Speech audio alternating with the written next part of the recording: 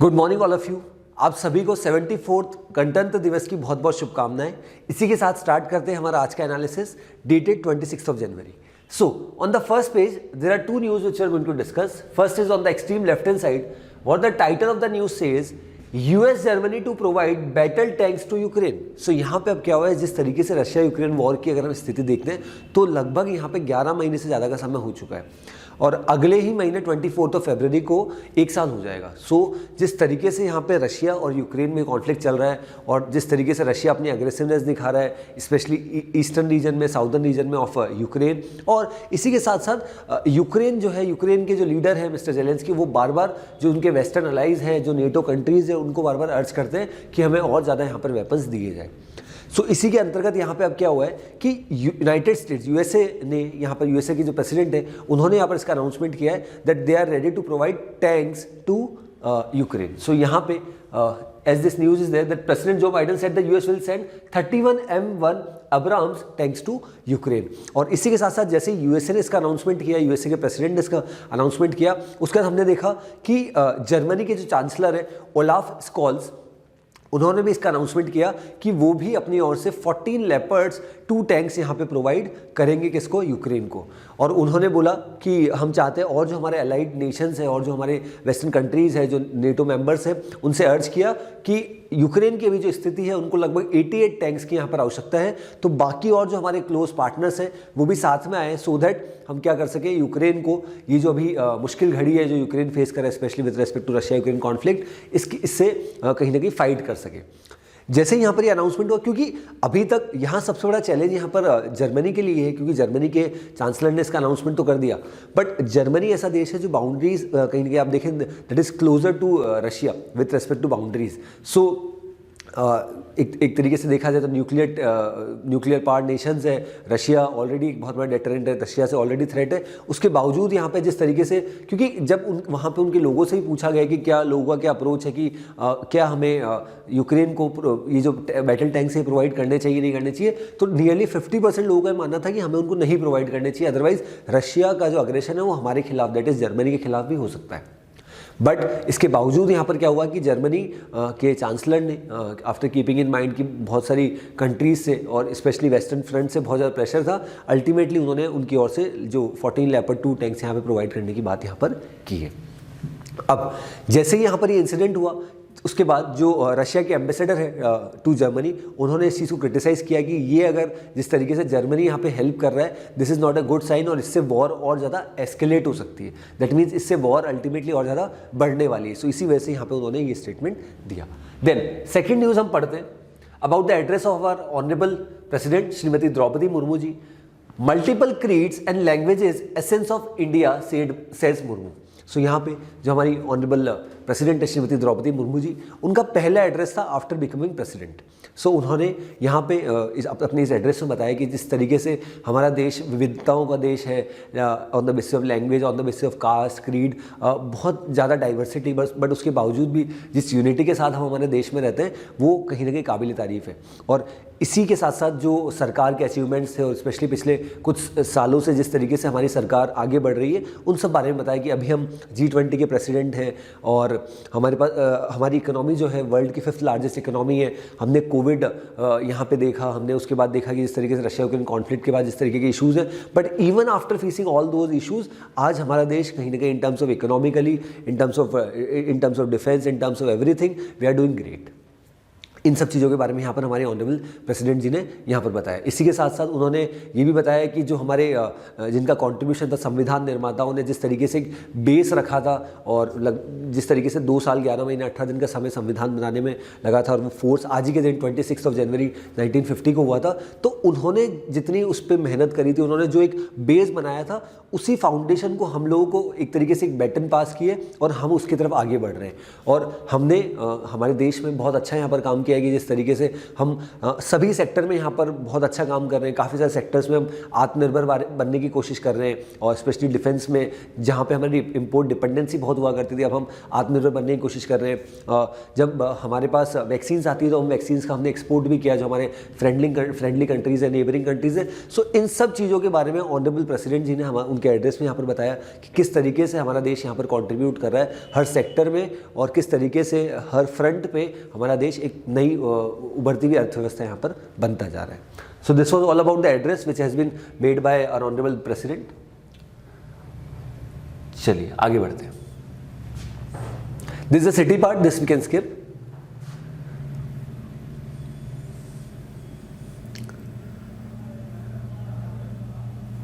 This is the state news. There are a lot of political news, so that's why we are skipping it. We'll directly move to the editorial part. Okay.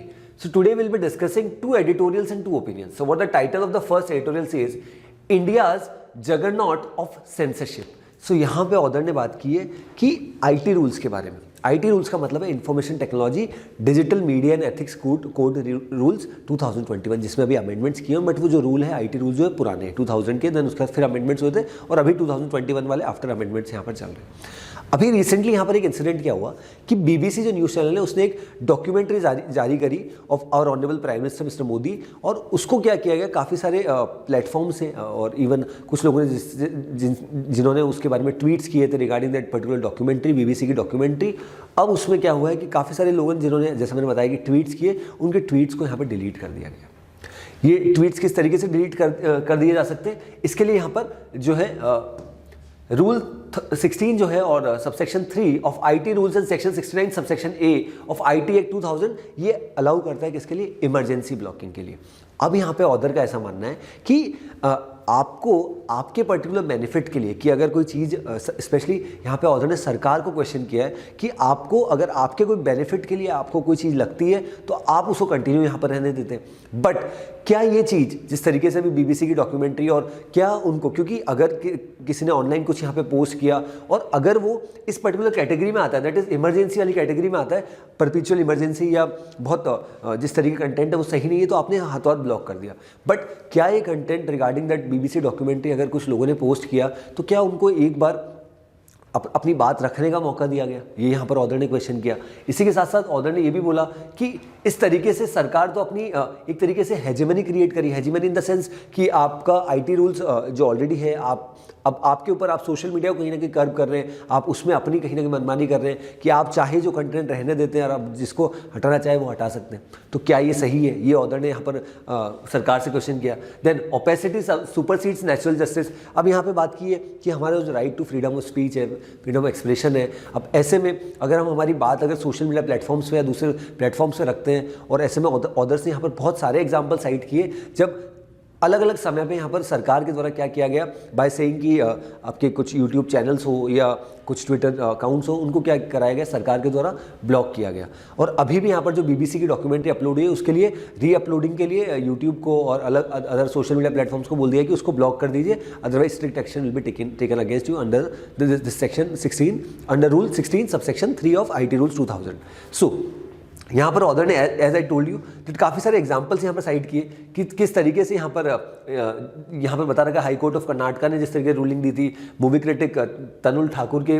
तो कहने का मतलब ये है कि यहाँ पे ऑथर ने पूरे एडिटोरियल का अगर हम क्रक्स समझे तो उन्होंने ये बताने की कोशिश करी कि क्या ये सही है कि सरकार किसी भी कोई पर्टिकुलर अगर कोई कॉमेंट है या पर्टिकुलर ट्वीट है या कोई सोशल मीडिया पे कोई पोस्ट है तो किस तरीके से आप किस चीज़ को डिफाइन करेंगे कि इमरजेंसी वाली सिचुएशन में है या नहीं है। इमरजेंसी को ब्लॉक कर सकते हैं, बिल्कुल सही है, वो इंडिया के इंटरेस्ट में, बट कोई अगर ऐसी चीज़ जो सरकार के पर्सनल इंटरेस्ट में नहीं है, सरकार को क्रिटिसाइज कर रही है, अगर आप उसको भी कहीं ना कहीं अगर ब्लॉक कर दोगे, that is not right on the part of the government and which the government is trying to do by amending these IT rules 2000 as per author ने यहाँ पर इस चीज़ को रिआइट्रेट किया। देन लास्ट में यहाँ पर ऑथर ने क्या बोला है, and everything law, that means the IT rules first notified on April 11। यहाँ पे उसके बारे में पूरा बताया कि किस तरीके से यहाँ पर समय समय पे अमेंडमेंट्स हुए और किस तरीके से इसमें चेंजेस हुए। बट आज के समय में हम जिस तरीके से देख रहे हैं कि जब हमारा देश एक डेमोक्रेटिक कंट्री है जहाँ पे सभी को बोलने का अधिकार है, right to freedom of speech and expression है, और ऐसे में अगर कुछ सोशल मीडिया प्लेटफॉर्म्स या कुछ पोस्ट या कुछ अगर हमारे द्वारा पोस्ट किया जाता है और उसको हटा दिया जाता है तो वो अपने आप में गलत है। ये सरकार को यहाँ पर कहीं ना कहीं क्वेश्चन यहाँ पे ऑथर ने यहाँ पर किया है। और यहाँ पे एंडिंग नोट यहाँ पे ऑथर का इस तरीके का रहा है कि on Republic Day it leaves us to ask a wider question that where do we place free debate and expression in digital and democratic India. That means when we talk about all these things कि हमारे ये rights है, ये अधिकार से, but जब हम बात करते हैं एक्चुअल इम्प्लीमेंटेशन की या जब हमारी बात सोशल मीडिया पे रखते हैं तब आप उस कंटेंट को हटा देते हो, क्या वो सही है, ये यहाँ पर क्वेश्चन किया है। So this was about this whole editorial. Then will move to the first opinion. One second. Okay. So what the title of the first opinion says, necessary disclosures, law minister's objection to collegium sharing intelligence inputs has no merit. That means यहाँ पे अभी recently हमने क्या देखा कि executive और judiciary के बीच में इश्यूज चल रहे हैं। एग्जीक्यूटिव का मानना है कि ये जो जुडिशियल अपॉइंटमेंट्स हो रहे हैं वो सही नहीं है और जुडिशरी बोल रही है कि ये हमारा काम है, आप इसमें हस्तक्षेप मत करो। अब रिसेंटली यहाँ पर क्या हुआ था कि हमारा जो हाईकोर्ट का कलेजियम है उसने रेकमेंड किया था 3 हाईकोर्ट जजेस को एलिवेट करने के लिए। बेसिकली सौरभ किरपाल जी जो इंडिया के हमारे फर्स्ट गेज जज हो सकते हैं, और एक अपॉइंटमेंट मद्रास हाईकोर्ट में और दूसरा बॉम्बे हाईकोर्ट में, ऐसे 3 जजेस का अपॉइंटमेंट था। बट सरकार ने साइटिंग डिफरेंट रीजंस कि यहाँ पे ये जो फर्स्ट है सौरभ किरपाल जी, इनका एक दूसरी नेशनलिटी के लोग दैट इज़ जो स्विस नेशनल है उनके साथ संबंध है, तो उस रीज़न को साइड करते हुए सरकार ने उनको यहाँ पर हाईकोर्ट का जज नहीं बनाया या उस पर एसेंट नहीं दी। देन बाकी जो 2 जजेस हैं उनके बारे में सरकार का यह मानना था कि इन्होंने हर बार अगेंस्ट गवर्नमेंट कुछ ना कुछ कमेंट्स किए सोशल मीडिया पे, तो ये रीज़न था सरकार का। बट उसके बाद क्या हुआ कि जो स्विस नेशनल वाला जो केस था जहाँ पे सौरभ किरपाल जी इंडिया फर्स्ट गेज जज, तो उन्होंने ये चीज़ ओपनली यहाँ पर बता रखी थी। तो कुछ IB और RNDW की रिपोर्ट्स थी, उसमें ऐसा बताया गया था कि इन्होंने ऑलरेडी रिवील किया और वो स्विस नेशनल के साथ कोई गलत नहीं उनके संबंध, ऐसे उसमें रिपोर्ट में था। सुप्रीम कोर्ट ने क्या किया 20th ऑफ जनवरी को, क्योंकि यहाँ पर सरकार ने उनकी जो रिकमेंडेशन थी उसको यहाँ पर नहीं माना, तो उसको उस रिपोर्ट्स को पब्लिक कर दिया। जैसे यहाँ पर पब्लिक किया तो कल हमने डिस्कस किया था कि हमारे जो ऑनरेबल यूनियन मिनिस्टर है लॉ मिनिस्टर किरण रिजिजू, उन्होंने इससे रिलेटेड स्टेटमेंट दिया कि क्या ये सरकार के द्वारा सही किया गया कि उन्होंने क्या किया, ये जो IB और RNDW की जो रिपोर्ट्स है, जो कॉन्फिडेंशियल रिपोर्ट्स होती है, उनको पब्लिक कर दिया। अब यहाँ पे ऑर्डर क्या बोल रहे हैं कि ऑर्डर के अकॉर्डिंग कि उन्होंने जो सुप्रीम कोर्ट ने क्या किया यहाँ पे उसको आउट तो किया है रिपोर्ट को, बट उन्होंने उसका जो फाइनल कंक्लूजन है उसको आउट किया है, राइट, कि उनके साथ कुछ भी गलत नहीं है स्विस नेशनल के साथ, और उन्होंने ओपनली बता रखा है। तो according to the government, according to the author, कि इस चीज़ में कोई गलत बात नहीं है। इसी वजह से उन्होंने लिखा that law minister's objection to collegium sharing intelligence input has no merit. उसमें कोई मेरिट ही नहीं है। ये तो आप इस चीज़ को और रिआइट्रेट कर रहे हो, बार बार इस मुद्दे को उठा रहे हो, इसी वजह से ही और बढ़ता जा रहा है, ऐसा ऑथर का यहाँ पर मानना है। इसी वजह से उन्होंने बोला कि ये बिल्कुल गलत है जिस तरीके से यहाँ पर बार बार उस चीज़ को रिआइट्रेट किया जा रहा है बाय द गवर्नमेंट। और यहाँ पे ऑथर ने ये भी सजेशन दिया कि सरकार अपना काम करे, एग्जीक्यूटिव अपना काम करे, जुडिशरी अपना काम करे, वो बेटर रहेगा। बट अल्टीमेटली आप अगर एक दूसरे काम में हस्तक्षेप करोगे तो वो सही नहीं है। और यहाँ पे अल्टीमेटली यहाँ पर जब मैं एंडिंग की यहाँ पर बात करता हूँ तो ऑथर ने यही बोला कि जिस तरीके से गवर्नमेंट बार बार कहीं ना कहीं, क्योंकि हमने पहले भी देखा था NJAC national judicial appointment commission जब 2014-15 में जिस पर रोक लगा दी गई थी, देन उसके बाद लगभग 7 से 8 साल बाद हम फिर से देख रहे हैं कि इसके बारे में यहाँ पर न्यूज़ आ रही है। तो इसलिए बोला है कि ये जो यहाँ रिकमेंडेशन को रोका गया, देन उसके रिपोर्ट्स को बाहर लाया गया, उसमें कोई मेरिट नहीं है, दैट मीन्स कोई प्रॉपर बेस नहीं है। बट इस चीज़ को मतलब बिना फालतू यहाँ पे क्या किया जा रहा है, एग्जेजरेट यहाँ पे सरकार के द्वारा किया जा रहा है, ऐसा यहाँ पर ऑथर का इस पर्टिकुलर न्यूज़ के थ्रू मानना है। ठीक है, चलिए सेकंड ओपिनियन समझते हैं। What the title says, on the mat, politicians in charge of sporting bodies create a stifling environment. सो यहाँ पे ऑथर ने इस पर्टिकुलर ओपिनियन में बोला कि अभी रिसेंटली हमने देखा कि जो रेसलिंग फेडरेशन ऑफ इंडिया है और जो हमारे कुछ स्पोर्ट्स प्लेयर्स हैं उनके बीच में इश्यूज़ हैं। अब रेसलिंग फेडरेशन ऑफ इंडिया के जो चीफ हैं बृजभूषण शरण सिंह, उनके खिलाफ जो हमारे स्पोर्ट्स आइकन्स हैं उनके ऐसे एलिगेशंस हैं कि he this particular person is involve in sexual abuse, sexual harassment. और कहीं ना कहीं हरियाणा वाली जो कहीं ना कहीं कह सकते हैं कि जिस तरीके से लॉबी यहाँ पर चल रही है, ऐसा यहाँ पर बृजभूषण सिंह का यहाँ पर मानना है, क्योंकि इलेक्शंस आने वाले हैं किसके, रेसलिंग फेडरेशन ऑफ इंडिया के। तो और उसके बाद यहाँ पे क्या किया गया, एक कमेटी बना दी गई 5 मेंबर कमेटी, जिसको हेड हमारी Olympic medallist Shrimati MC Mary Kom ji इसको लीड कर रहे हैं 5 मेंबर कमेटी को, और 1 महीने में अपनी रिपोर्ट यहाँ पर देना है। बट यहाँ पे ऑथर ने एक क्वेश्चन किया, क्योंकि जो लोग थे स्पोर्ट्स पर्सन थे, उन्होंने ये भी क्वेश्चन किया कि हमें, जब हम मिले थे अनुराग सिंह ठाकुर जी से जो हमारे यूनियन स्पोर्ट्स मिनिस्टर, उन्होंने ऐसा बोला था कि जब भी कमेटी बनाई जाएगी तो आपसे पूछा जाएगा कि आपके इश्यूज़ क्या है, बट कमेटी बना दी गई और हमको वापस बुलाया नहीं गया। तो ये भी उनका इशू था। कल हमने ट्वीट्स भी देखे थे इससे रिलेटेड। अब यहाँ पे इस ओपिनियन में यहाँ पर ऑथर का क्या मानना है कि यहाँ पर क्या किया सरकार ने, आप देखेंगे काफ़ी सारी ऐसी रेसलिंग फेडरेशन ऑफ इंडिया तो एक एग्जांपल है, और भी बाकी बहुत सारी BCCI की बॉडी, BCCI की बात करूँ या बाकी कोई स्पोर्ट्स की बॉडीज़ की आप देखें तो उसमें पॉलिटिशियंस जो होते हैं या पॉलिटिशियंस के जो बच्चे होते हैं वो बड़ी बड़ी पोस्ट में होते हैं। आप राजस्थान की बात कर लीजिए, आप BCCI की बात कर लीजिए, बहुत सारे ऐसे एग्जाम्पल्स हैं जहाँ पे जो ब्यूरो कहीं ना कहीं पॉलिटिशियंस है वो कहीं ना कहीं इन्फ्लुएंस करते हैं। इसी वजह से इस तरीके के इश्यूज हमें देखने को मिलते हैं, क्योंकि ऐसा मानना है यहाँ पे ऑथर का कि जो स्पोर्ट्स फ्रेटर्निटी में जिसने अच्छा काम किया उसी को एलिवेट करके इन पोजीशंस में यहाँ पर पहुँचाना चाहिए। बट ऐसा होता नहीं है। पॉलिटिशियंस और ब्यूरोक्रेसी जिस तरीके से काम करती है, अल्टीमेटली इन पोजीशंस में कौन बैठता है, पॉलिटिशियंस बैठते हैं। और उसके बाद पॉलिटिशियंस का बात करने का तरीका और पॉलिटिशियंस और ब्यूरोक्रेसी और स्पोर्ट्स प्लेयर, उन दोनों के बीच में जिस तरीके का टसल है उसी का एक एग्जाम्पल है। बट ऑथर ने यहाँ पर ये भी बोला है कि ये जो चीज़ हुई है ये अल्टीमेटली एक बेटर चीज़ है, सो दैट इसका अगर सोल्यूशन आता है और एक्चुअल में सेक्सुअल अब्यूज, सेक्सुअल हरासमेंट के चार्जेस लगते हैं WFI के चेयरपर्सन के ऊपर, तो आने वाले समय में और भी ऐसी जो बॉडीज़ है जहाँ पे पॉलिटिशियंस यहाँ पर टॉप मोस्ट पोजीशन पे है, उनके खिलाफ यहाँ पे एक्शन लिया जा सकेगा।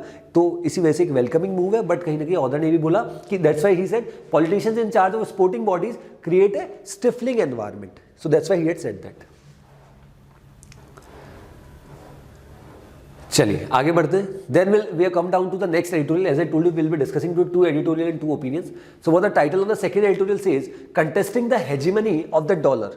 सो यहाँ पे ऑथर ने बोला है कि हमारे देश में अगर हम देखते हैं, अगर आप ट्रेड की बात करें तो ट्रेड हम लोग मोस्टली डॉलर्स में होता है। बट पिछले कुछ समय से अब यहाँ पे कंट्रीज़ क्या कर रही है, ग्रुपिंग्स क्या कर रही है, अलग अलग ग्रुपिंग्स या लोन्स वगैरह, आप अगर एशियन डेवलपमेंट बैंक अलग अलग बैंक से ले रहे हैं, तो अब यहाँ पे एक नई चीज़ यहाँ पर हमें देखने को मिल रही है और इसको इनिशिएट यहाँ पे चाइना ने किया है। यहाँ पर क्या हुआ है, अभी तक आपको अगर 2 देशों के बीच में अगर ट्रांजैक्शन हो रहा है तो उसमें डॉलर का ही यूज़ किया जाता है। बट अब यहाँ पे कुछ इंटरनेशनल ग्रुपिंग्स यहाँ पर हुई है, जैसे मैंने बताया, या international transaction, specially after this Russia Ukraine conflict. आपने भी सुना होगा कि अभी जब से रशिया यूक्रेन कॉन्फ्लिक्ट स्टार्ट हुआ, बहुत सारे लोगों ने बोला, इवन US ने सैंक्शंस लगाए कि रशिया से कोई ऑयल परचेज नहीं करेगा। बट इंडिया का ये मानना था कि हम हमारे देश की जो रिक्वायरमेंट है उसको फुलफिल करने के लिए रशिया से परचेज कर रहे हैं। बट वो जो परचेज यहाँ पर या ट्रांजेक्शन जो हुआ था वो डॉलर्स में नहीं हो रहा था, वो रूबल में हो रहा था। दैट मीन्स इंडियन करेंसी जो रूपी है और रशियन करेंसी जो रूबल है, उन दोनों करेंसी के थ्रू यहाँ पर ट्रांजेक्शन हो रहा था। In the same way China काफ़ी सारे देशों के साथ जिस तरीके से ट्रांजैक्शन करता है, वो उसकी जो करेंसी युआन उसमें ट्रांजैक्शन करता है। तो उससे क्या होता है कि डॉलर्स यहाँ पे नहीं जाते। और ऐसे बहुत सारे एग्जांपल्स दे रखे हैं। इंडिया की बात की जाए या और हमारे पड़ोसी देश बांग्लादेश, श्रीलंका, पाकिस्तान, इन सब के बारे में यहाँ पर ऑथर ने इस पर्टिकुलर एडिटोरियल बताया कि ये काफ़ी सारे देश अलग अलग प्लेटफॉर्म्स पे, टर्की का एग्जांपल यहाँ पे दिया, तो इराक, ईरान, ये लोग क्या करते हैं, अपनी करेंसी में यहाँ पे सामने वाली कंट्री के साथ ट्रेड करते हैं। उससे क्या होता है कि उनकी जो करेंसी है वो और स्ट्रॉन्ग यहाँ पर होती है और उनका ही पैसा यहाँ पे जाता है। तो वो एक बहुत अच्छी बात है। तो ऐसे बहुत सारे एग्जाम्पल्स यहाँ पे साइट किए ऑथर ने कि एक क्योंकि ग्लोबल साउथ जो यहाँ पे बात की गई, ग्लोबल साउथ इज बेसिकली कि जो डेवलपिंग कंट्रीज है उनकी यहाँ पर ऑथर ने बात की कि डेवलपिंग कंट्रीज जो है उनके पास एक बहुत अच्छी अपॉर्चुनिटी है कि वो क्या कर सकते हैं, स्पेशली आफ्टर दिस आप कह सकते हैं कि रशिया यूक्रेन वॉर, ये चीज़ बहुत ज़्यादा हुई क्योंकि काफ़ी सारे सैंक्शंस लगे और कहीं ना कहीं कंट्री, काफ़ी सारे देशों की बात की जाए तो सब अपने अपने फ्रंट्स यहाँ पर बनाने लग गए। वेस्टर्न इकोनॉमीज़ का, नेटो का अपना अलग फ्रंट है, रशिया, चाइना, ये सब जो लोग हैं इनका अलग फ्रंट यहाँ पर होता दिख रहा है। तो ऐसे में दोनों के बीच में रिलेशंस हो रहे हैं, उसकी वजह से जो ट्रेड है उसको फैसिलिटेट करने के लिए अभी तक जो US डॉलर्स की जो हेजेमनी होती थी वो कहीं ना कहीं कम करने की यहाँ पर कोशिश की गई। इसी वजह से इसके बारे में बताया गया। अब यहाँ पे ऑथर ने ये तो बताया कि एक अच्छा वेलकमिंग मूव है और अगर यह कंटिन्यू रहता है तो ये बहुत अच्छी बात है। बट इससे रिलेटेड यहाँ पे प्रॉब्लम्स क्या क्या है, 3 प्रॉब्लम्स की भी यहाँ पर ऑथर ने साइट किया, उसको भी डिस्कस करते हैं। फर्स्ट प्रॉब्लम यहाँ पर ऑथर ने बताई that despite speculation there is no move towards de-dollarisation, कि स्पेकुलेशन तो है, बातचीत तो है कि ऐसा हमें करना चाहिए, बट क्या इसका एक्चुअल इंप्लीमेंटेशन के लिए काफ़ी सारी सरकारें, क्या काफ़ी सारी गवर्नमेंट्स काम कर रही है, वो एक क्वेश्चन यहाँ पर ऑथर ने किया। Second, then the challenge for national currency is that these are not fully convertible, ये भी बात सही है। Thus, despite the risk of alternate systems of trade and multiple currency circulation system, the dollar still dominates, ये भी बिल्कुल सही कहा यहाँ पर ऑथर ने कि बाकी अगर आप भले ही बात कर लें कि हम चेंजेस करते हैं, हम यहाँ पे डॉलर में नहीं करेंगे, बट फिर भी जो प्रॉपर अभी भी आप देखेंगे कि मार्केट में वर्ल्ड में सबसे ज़्यादा जो डिनोमिनेशन है या जिसका जो डोमिनेंस है that is dollar only, right. तो वो भी एक कंसर्न है यहाँ पे ऑथर ने साइड किया। देन सेकेंड थिंग यहाँ पे ऑथर ने बताई that dollar makes up 60% of the global trade, जिसके बारे में हमने देखा ग्लोबल करेंसी, यूरो 20%, येन 5.8%, युआन 3%। तो अगर मेजोरिटी ऑफ द ट्रांजैक्शन अगर डॉलर्स में हो रहा है तो क्या ये इतना ईजी रहेगा कि हम एकदम से उसको चेंज कर दें? बट यहाँ पे ऑथर ने जिस तरीके से फर्स्ट हाफ में पूरे एडिटोरियल में बताया कि इसकी शुरुआत कहीं ना कहीं से तो हमें करनी है, उसका अल्टीमेटली बेनिफिट यहाँ पर हो गई। देन इसी के साथ साथ ऑथर ने ये बताया third, the diversification of national currency in trade is increasing. That means trade and buying food and oil in national currencies gives countries outside the collective west options that were not available earlier. जो पहले options यहाँ पर available नहीं होते थे वो options अब कहीं ना कहीं अवेलेबल हो रहे हैं। तो एक बेटर अपॉर्चुनिटी यहाँ पर देखने को मिल रही है कि क्या इन फ्यूचर काफ़ी सारे देश इस चीज़ में साथ आएंगे और अल्टीमेटली जो ट्रेड है दो कंट्रीज़ के बीच में वो उनकी नेशनल करेंसीज के बीच के थ्रू यहाँ पर हो सकेगा, और डॉलर्स की जो हेजेमनी है उसको क्या कम किया जा सकता है, इसके बारे में ऑथर ने यहाँ पर बताया। चलिए आगे बढ़ते हैं।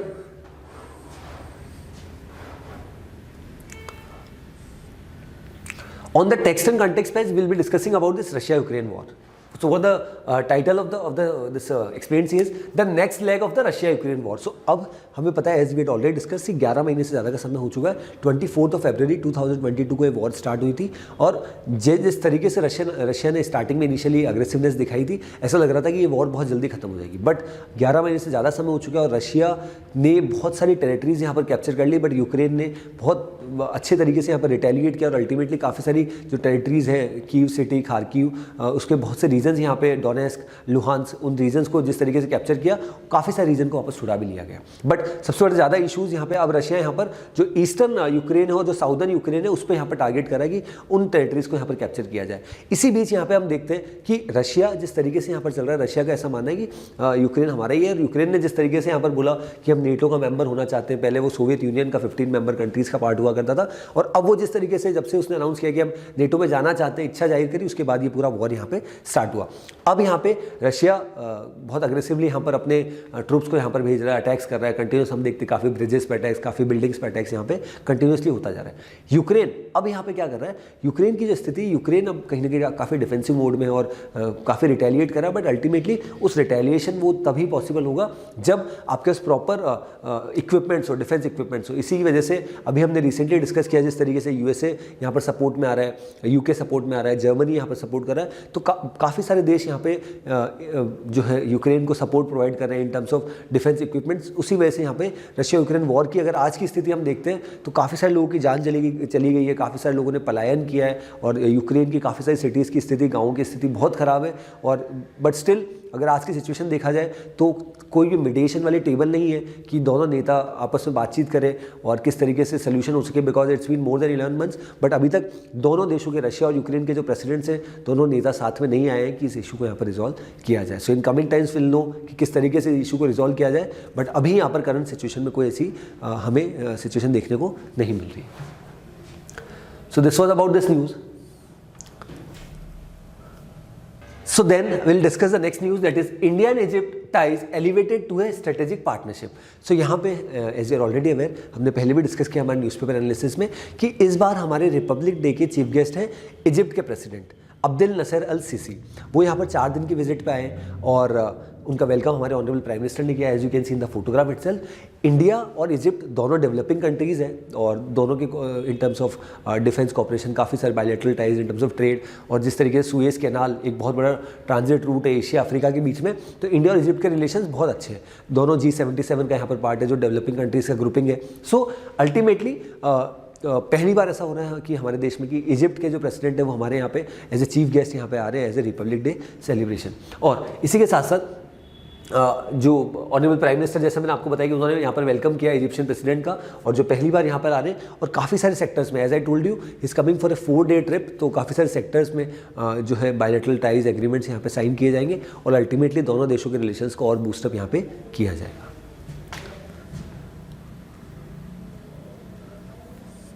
Okay, next news.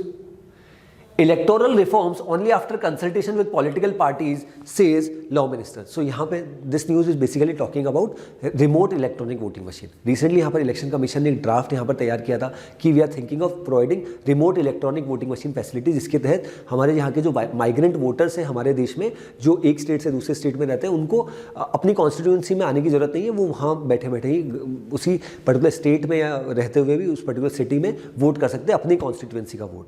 तो उसी के लिए 16 जनवरी को यहाँ पर सभी पॉलिटिकल पार्टीज़ को इन्विटेशन यहाँ पर दिया गया था by the election commission, 8 national parties, 57 state political parties. But after the opposition, after this move has been oppose by lot of people, उसके बाद क्या हुआ, अल्टीमेटली इसको अपोज किया गया और ये मूव को यहाँ पर इंप्लीमेंट नहीं किया जा सका। इसी वजह से इसके बारे में यहाँ पर बताया गया कि जो हमारे यूनियन लॉ मिनिस्टर है किरण रिजिजू, उन्होंने इसका स्टेटमेंट दिया है कि ये जो यहाँ पर मूव आया है और जिस तरीके से यहाँ पर अनाउंसमेंट इसका किया है, अगर पॉलिटिकल पार्टीज़ या स्पेशली अपोजिशन पार्टीज़ का सपोर्ट नहीं कर रही है अभी, तो जब तक उनको कॉन्फिडेंस में नहीं लिया जाएगा हम इसकी शुरुआत यहाँ पे नहीं करेंगे। चलिए नेक्स्ट पे आ जाते हैं। Then Pakistan prime minister too invited for SCO summit. So इस बार हम एससीओ के भी यहाँ पर प्रेसिडेंट है और G20 के प्रेसिडेंट है। तो एससीओ समिट के लिए पहले यहाँ पर गोवा में जो फॉरेन मिनिस्टर्स की मीटिंग होती है वो होती है। तो पाकिस्तान के जो फॉरेन मिनिस्टर बिलावल भुट्टो, उनको यहाँ पर इन्विटेशन दे दिया गया है और अभी तक पाकिस्तान के प्राइम मिनिस्टर शहबाज शरीफ को इन्विटेशन नहीं दिया है। और जिस तरीके से हमने इन्विटेशन दिया है, because both these country India and Pakistan are member of SCO, तो अभी यहाँ पे शहबाज शरीफ जी को उनको इन्विटेशन नहीं दिया है। बट इन कमिंग टाइम हमारे साइड से इन्विटेशन जा सकता है क्योंकि बिलावल भुट्टो को इन्विटेशन दिया है। बट पाकिस्तान की साइड से कोई भी ऑफिशियल कमेंट यहाँ पर नहीं आया रिगार्डिंग दिस पर्टिकुलर कॉल कि आपको यहाँ पर इस पर्टिकुलर मीट में आना है। Then we'll come down to the world section. So on the world section, this news that is Ukraine sincerely grateful to Germany for battle tank. So as we are already aware कि ये जो war यहाँ पर चल रही है Russia और Ukraine के बीच में, इसी बीच यहाँ पे क्या हुआ है कि यूक्रेन को यहाँ पर सपोर्ट वेस्टर्न कंट्रीज़ यहाँ पर कर रही है। यूएस ने यहाँ पर सपोर्ट किया, यूके ने सपोर्ट किया, अभी यहाँ पे जर्मनी ने भी सपोर्ट किया। तो इसी वजह से यहाँ पर बताया गया कि जिस तरीके से जर्मनी ने अब सपोर्ट किया है तो यूक्रेन इस चीज़ के लिए थैंकफुल है कि हमें यहाँ पर सपोर्ट मिल रहा है। और जिस तरीके से रशिया यहाँ पर अग्रेसिवनेस दिखा रहा है, हमारे लिए इन टैंक्स के थ्रू बहुत ज़्यादा एक अच्छी अपॉर्चुनिटी होगी कि हम क्या कर सकें, ये जो पूरा इशू यहाँ पर हमारे देश में चल रहा है इसको रोका जा सके या कहीं ना कहीं हम फाइट कर सके। इसी वजह से स्पेन ने भी बोला कि they are ready to send some German built leopards. Leopards means जो टैंक्स की यहाँ पर बैटल टैंक्स की यहाँ पर बात की जा रही है। So this was about this news और यूक्रेन ने यहाँ पर कहीं ना कहीं थैंक्स किया है।